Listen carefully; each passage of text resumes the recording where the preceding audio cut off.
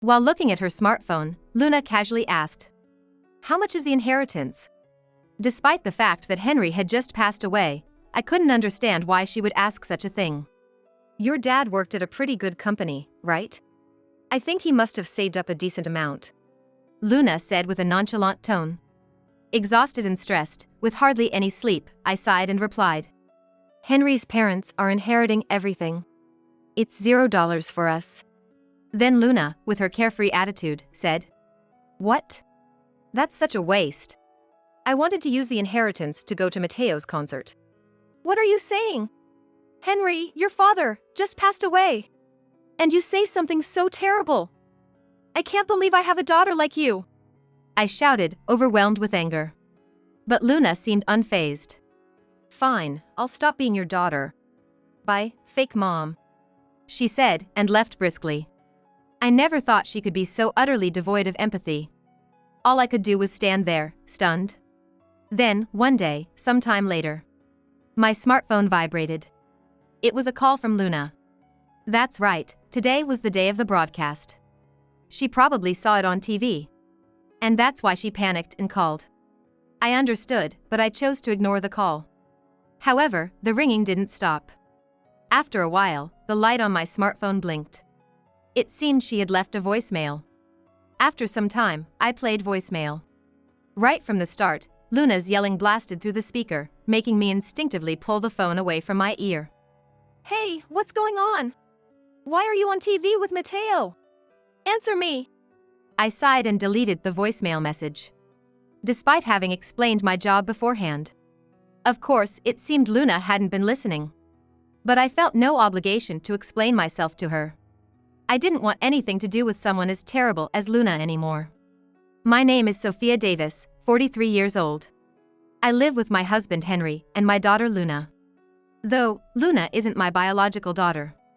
She's Henry's daughter from his previous marriage, whom I married 3 years ago. At that time, my career was taking off, and I was incredibly busy. Surviving on energy drinks was a daily routine. I hadn't had a significant other in years. That's when I was introduced to Henry by an acquaintance. Henry was kind and sincere. We hit it off and naturally decided to start dating with marriage in mind. However, there was one issue. Henry was widowed, with one daughter. Her name is Luna. A 17-year-old high school student. I knew Luna was dearly loved by Henry because he often talked about her. But this was my first marriage. I was a bit worried about how to interact with a teenage girl. Sensing my concern, Henry assured me, "She's a good kid. Don't worry." But I was worried whether Luna might not like me. Concerned, I decided we should all have dinner together a few times. Luna was quiet and spoke little. Losing her mother at a sensitive age must have cast a shadow over her. Because of this, Henry repeatedly asked Luna if she was okay with him remarrying. Luna said she was fine. Relieved, I continued our relationship and later, we got married. But things didn't go as smoothly as I had hoped. Apparently, I had been too optimistic. Once we started living together, Luna gradually showed her true nature. After getting married, the three of us decided to live in a condo. It wasn't a rental, we bought it as a celebration of our marriage. Henry's parents were happy about the remarriage and offered to cover the cost of the condo. At first, we refused because we felt guilty, but they insisted on it. Henry's parents were really worried about him and Luna, and they were so grateful to have me as a stepmother. They kept saying they wanted me to accept their gratitude, so eventually, I couldn't find a reason to refuse. And that's how we ended up moving into this new condo. Luna was still not very talkative, but I thought that over time, we could gradually become closer. Luckily, I work from home. So, I should have plenty of time to spend with Luna. I understand that losing a mother isn't something one can easily get over. However, I thought if I could be there for her as much as possible, that's what I hoped to do. But Luna's attitude started to change for the worse, little by little. Whenever I tried to talk to her, all I got were yeah and aha responses. She was always looking at her smartphone, never making eye contact with me. Once, I asked her, "What are you watching?" but all she said was, "A live performance by ATB." It seems that ATB is a popular boy band among the youth. Luna was particularly obsessed with a member named Mateo Smith, owning a huge collection of his merchandise. Luna's room was filled with Mateo's stuff, to the point where there was hardly any space to walk. I tried to clean up a few times, but whenever Luna caught me, she'd angrily tell me not to enter her room. Concerned, I talked to Henry about it. Then, Henry answered sadly. Luna has always been like that. She might seem distant, but she doesn't mean any harm. Her biological mother passed away from an illness when Luna was in elementary school. She took it pretty hard. Around that time, she found solace in that male idol. Even now, it seems. So, I want to support her in whatever she wants. I see. I thought, feeling sorry for the situation.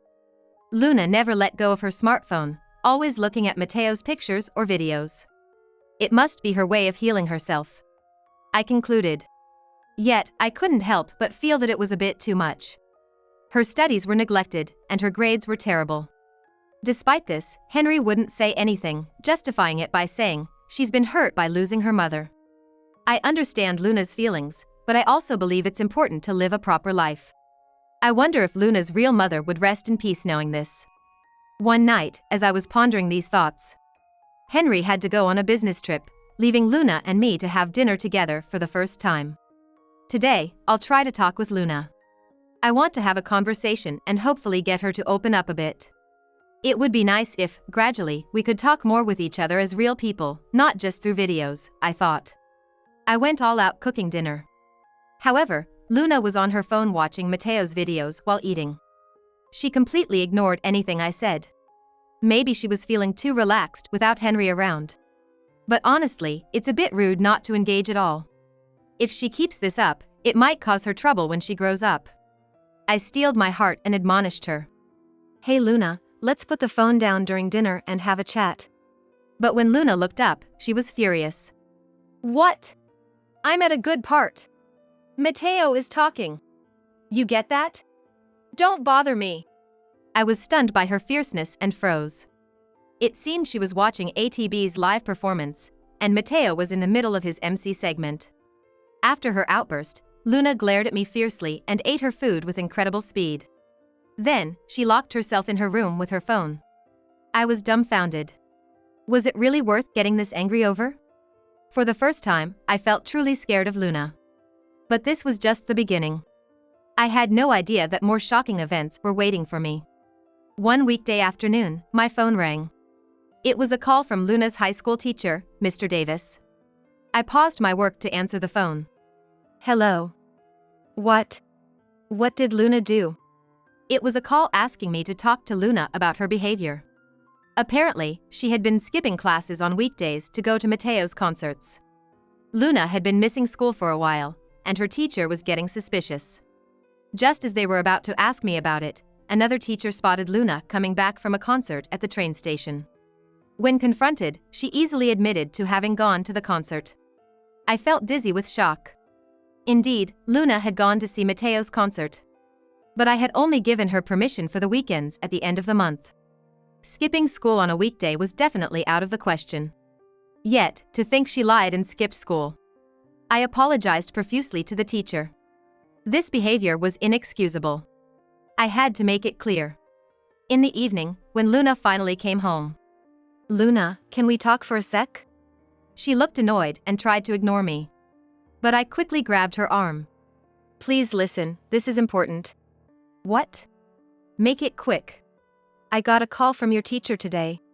They told me you've been skipping weekday classes to go to concerts. We agreed concerts were only for the end of the month weekends, right? You have to keep your promises. And you need to attend your classes. Luna made a clearly displeased face. But this conversation was far from over. And where did you get the money for these concerts? I had assumed she was enjoying Mateo within her allowance limits. According to the teacher, she had been missing a lot of days. How was she financing this? Luna fell silent with a sullen face. She seemed reluctant but eventually spoke. I took a little from Dad's wallet. What? How could you do that? That's stealing. Contrary to my panic, Luna spoke boldly. Stealing is an exaggeration. It's family money, isn't it? But that doesn't make it okay. There are right and wrong things to do. I have to tell Henry about this. Do whatever you want. Dad's soft on me. He'll forgive me. He still sees me as the poor girl who lost her mom. She laughed it off. What a child. This behavior couldn't be excused by the grief of losing a mother anymore. Before Luna's defiance got worse, I knew I had to get Henry to talk to her too. Just as I was thinking this, an even more shocking event was waiting for me. It happened all of a sudden. Shockingly, Henry had passed away. I couldn't believe it at first. While I was preparing dinner, I got a call from Henry's boss at work. It seemed he had suffered a heart attack. He collapsed while out and never woke up. I was too shocked to react. I rushed to the hospital and talked to Henry's boss, who was waiting there. Then, I contacted Henry's relatives and had several exchanges. After arranging things with the funeral home, by the time we finished the wake in a few days, I was completely exhausted. I had been frantic with all the arrangements, but once everything was over, I felt a profound tiredness hit me as if my soul had left my body. Our marriage had lasted only a few years. My memories with Henry were far too few. Staring at his portrait, I remembered the times when we met and quietly cried, while Luna came in nonchalantly, showing no signs of sadness. Luna showed no signs of sadness at all. Even during the funeral, she was engrossed in Mateo on her smartphone. I was too worn out to scold her. Thankfully, the relatives made convenient interpretations, saying, "Poor thing, losing her mother and now her father. She must be escaping into her phone to avoid the sadness," so I avoided direct criticism. Luna sat down and started fiddling with her smartphone. Then, as if remembering something, she said, "Oh, by the way. How much did we inherit? Is this really the time to ask? Dad worked at a pretty good company, right? I guess he saved up quite a bit." Luna spoke flippantly. Exhausted and sleep-deprived, I sighed and said, "Henry's parents will inherit everything, leaving us with nothing." We had already discussed the inheritance with my in-laws after Henry passed away. Henry's company was publicly traded, but he wasn't a high earner. There wasn't much in terms of savings. Henry's wife and daughter, Luna and I, had the right to inherit it. Henry's parents had been unwell lately and anxious about the future. After discussing, since they helped us with this apartment's purchase, Luna and I decided to transfer the property to them, and the money would go to my in-laws. Hearing this, Luna pouted in disappointment. "What? All the inheritance went to Grandma and Grandpa? What a waste! They won't be around much longer anyway. Wouldn't it have been better if Luna inherited everything? What?" I couldn't believe my ears. I wished I could have used the inheritance for more of Mateo's concerts. "What are you saying? Henry, your father, just passed away. And all you can think about is Mateo. Don't you have any respect for the deceased?" I couldn't take it anymore. Does this child have no compassion at all? Then, Luna said dismissively with a disdainful look on her face. "What a hassle," Luna said, making my eyes widen in disbelief. "I liked Dad, you know? He always listened to me and gave me money. But he's gone now, so what can you do? His leftover money is more important. And you're just the same, aren't you? Couldn't get married at your age, so you settled for a dad with some money, even though he came with a kid. And it was only a few years of marriage. I don't want to be lectured by someone like you pretending to be a mom." I was stunned by the harsh words thrown at me. Unbelievable. What is this child saying? Slowly, anger started to build up, and my body began to shake. "How could you say such a thing? Do you have any idea how much Henry did for you? I can't believe I have a daughter like you." Barely squeezing out those words, Luna just muttered, "So annoying." Then, she delivered her parting shot. "Well, I quit being your daughter. Bye, fake mom." With those words, Luna briskly walked away. This was the real Luna. She didn't have a shred of compassion in her. Obsessed with her idol even just after her father had died. It was terrifying to think she might not truly be related by blood. Luna's actions afterward were even worse. She went around telling Henry's relatives how terrible of a stepmom I was. The relatives unanimously took Luna's side. Such a terrible stepwife. Poor Luna, they said. Despite my desperate attempts to clear up the misunderstanding, Henry's relatives had been close to Luna since she was born, and I was seen as the new stepmother who just showed up. As a result, most of the relatives sided with Luna. Luna became the pitiful girl who lost her mother and then her father, and on top of that, was mistreated by her stepmother. Consequently, Luna ended up living with Henry's sister and her husband. Just like that, Henry and Luna were gone from my life. I was left alone in a large apartment, completely isolated. Days of turmoil passed, and I was completely exhausted, both physically and mentally. I was completely worn out, both physically and mentally. Yet, I had to keep working. In fact, working was somewhat a relief, as it kept me from dwelling on unnecessary thoughts. I had been working from home, but thankfully, there had been an increase in meetings outside recently. I took this opportunity to actively take on more work. I had been holding back a bit since getting married, but now I was single again. I decided to take on more work. With that resolution, I returned to being the workaholic I used to be. Then, one day, my smartphone vibrates intensely. Glancing at the screen, it was a call from Luna. That's right, today was the air date. She probably saw it on TV. That must be why she called in a panic. I understood but chose to ignore the call. However, the ringing didn't stop. After a while, the phone lit up again. She had left a voicemail. Time passed before I played the voice message. Right from the start, Luna's yelling was so loud that I instinctively pulled the phone away from my ear. What's going on? Why are you on TV with Mateo? Answer me. I sighed and deleted the voicemail message. I am a screenwriter. I work from home, and my original screenplay was recently adapted into a TV drama. I was on a TV information show for promotion. The person I was talking to was Luna's idol, Mateo. It was Mateo's first time acting in a drama. And as the lead, there was a lot of attention on him. A special feature on Mateo was arranged, and as part of the drama staff, I was invited to the program. Most of the conversation revolved around behind-the-scenes production stories. Mateo came across as a very polite young man, greeting everyone properly and leaving a very good impression. To think there are fans like Luna among his followers, how unfortunate. After seeing the broadcast, Luna bombarded me with calls. She must have been wanting to ask what was going on. I had told Luna about my job, but she always seemed too caught up in videos to listen properly. She probably thought of me as just a housewife who was always at home. But at this point, that didn't matter anymore. I knew it would cause a commotion if she found out I was working with Mateo. After all the insults and neglect from Luna, I didn't feel obliged to explain anything to her. Ignoring her resulted in a flood of messages, which, of course, I didn't bother looking at it before trashing it. It's ironic how she never tried to communicate before, but now she was desperately reaching out. Knowing Luna's true colors, I had already decided to cut ties with her. A few days passed, and the relentless calls from Luna stopped. She must have realized I wasn't going to respond. I felt a sense of relief and my tension drained away. With work winding down, I thought it'd be nice to relax and enjoy my favorite tea. While preparing a mug in the kitchen, the doorbell rang alarmingly. I had a bad feeling. Peeking through the door's peephole, I saw Luna standing there, her eyes burning with anger. I know you're there. Come out.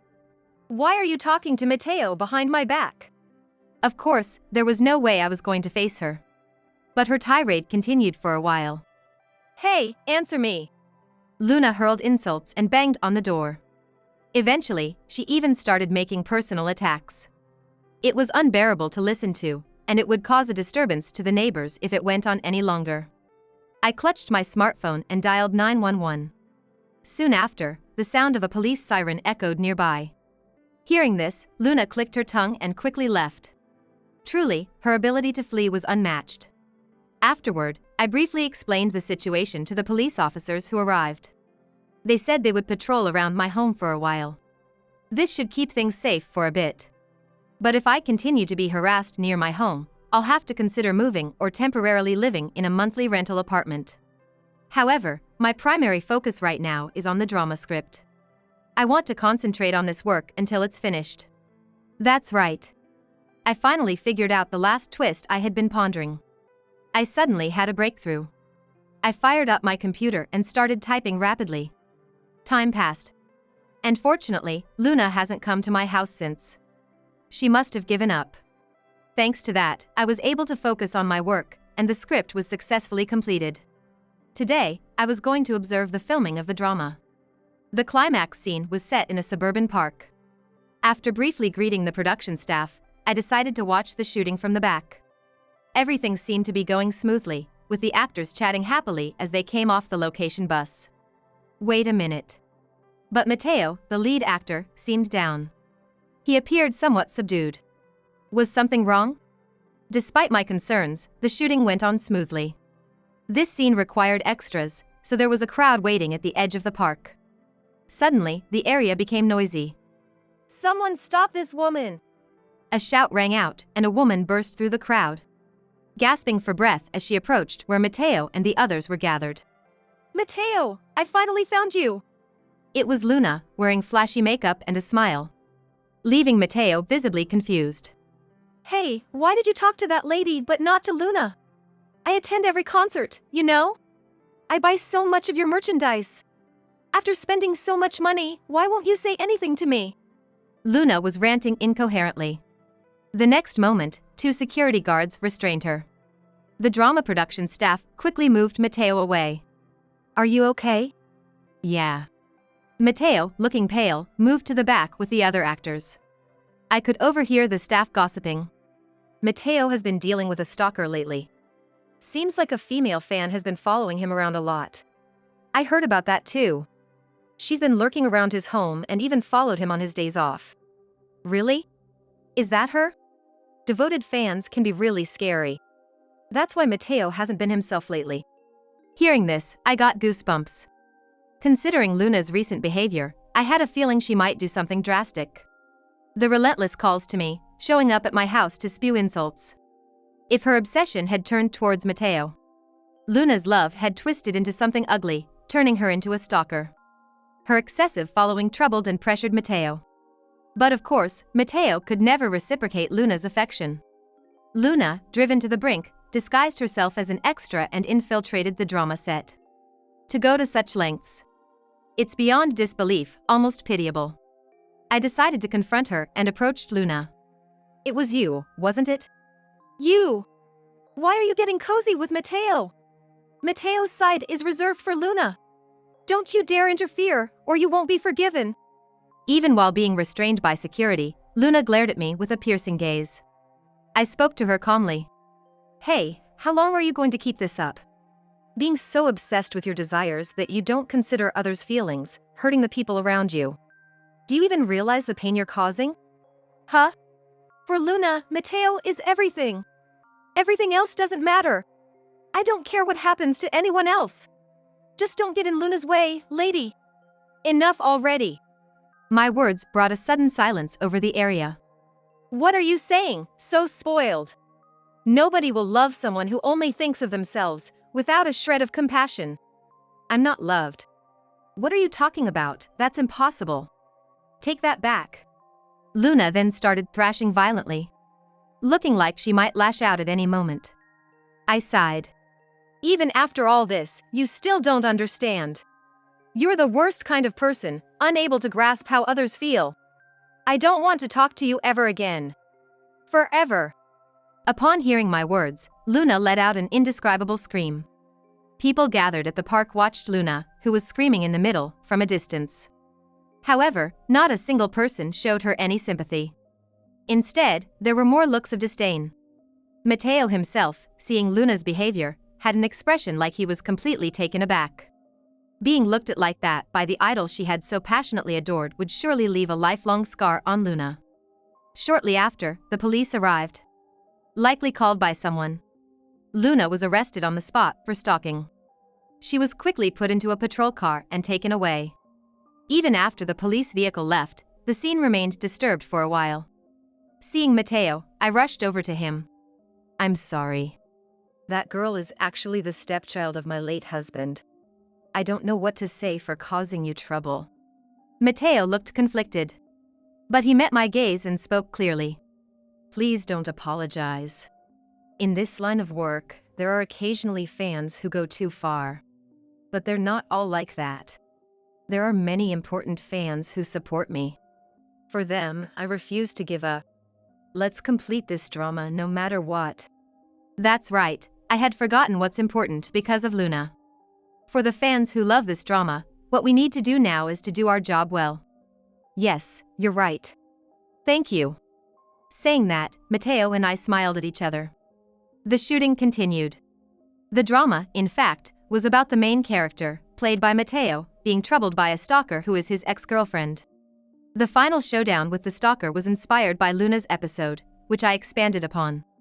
Matteo, playing the lead, lectures the stalker woman in a scene similar to what I had done to Luna earlier. It was the same as what I had done to Luna earlier. If Luna watched the drama, she would feel as if her beloved Matteo was reproaching her actions. I couldn't help but pray that she would genuinely reflect on her actions. I couldn't help but pray. After her arrest, Luna was sent to a juvenile detention center. The relatives who had supported Luna turned their opinions around upon learning the truth. We can't believe Luna was so malicious. We're sorry for misunderstanding you, Sophia, they apologized repeatedly. It was sad when they blamed me, but ultimately, they understood.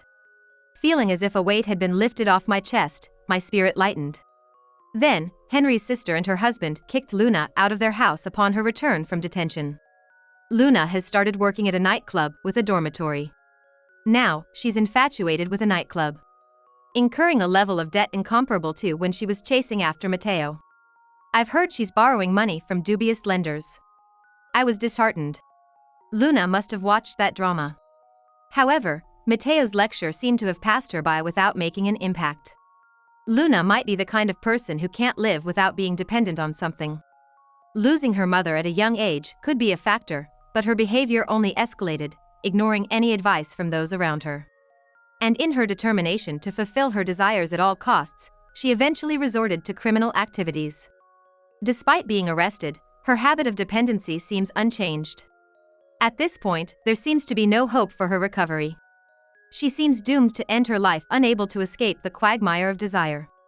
Recently, while walking through the city, I happened to see Luna looking like she was coming home in the morning. She seemed to be drunk, her makeup smeared, presenting a terrifying appearance. Moreover, she was muttering to herself, "Why won't you look at me? Even though Luna has done so much for you." The eeriness of it made people around her instinctively avoid her. At this point, she probably can't stop herself anymore. A monster beyond control. That phrase came to mind.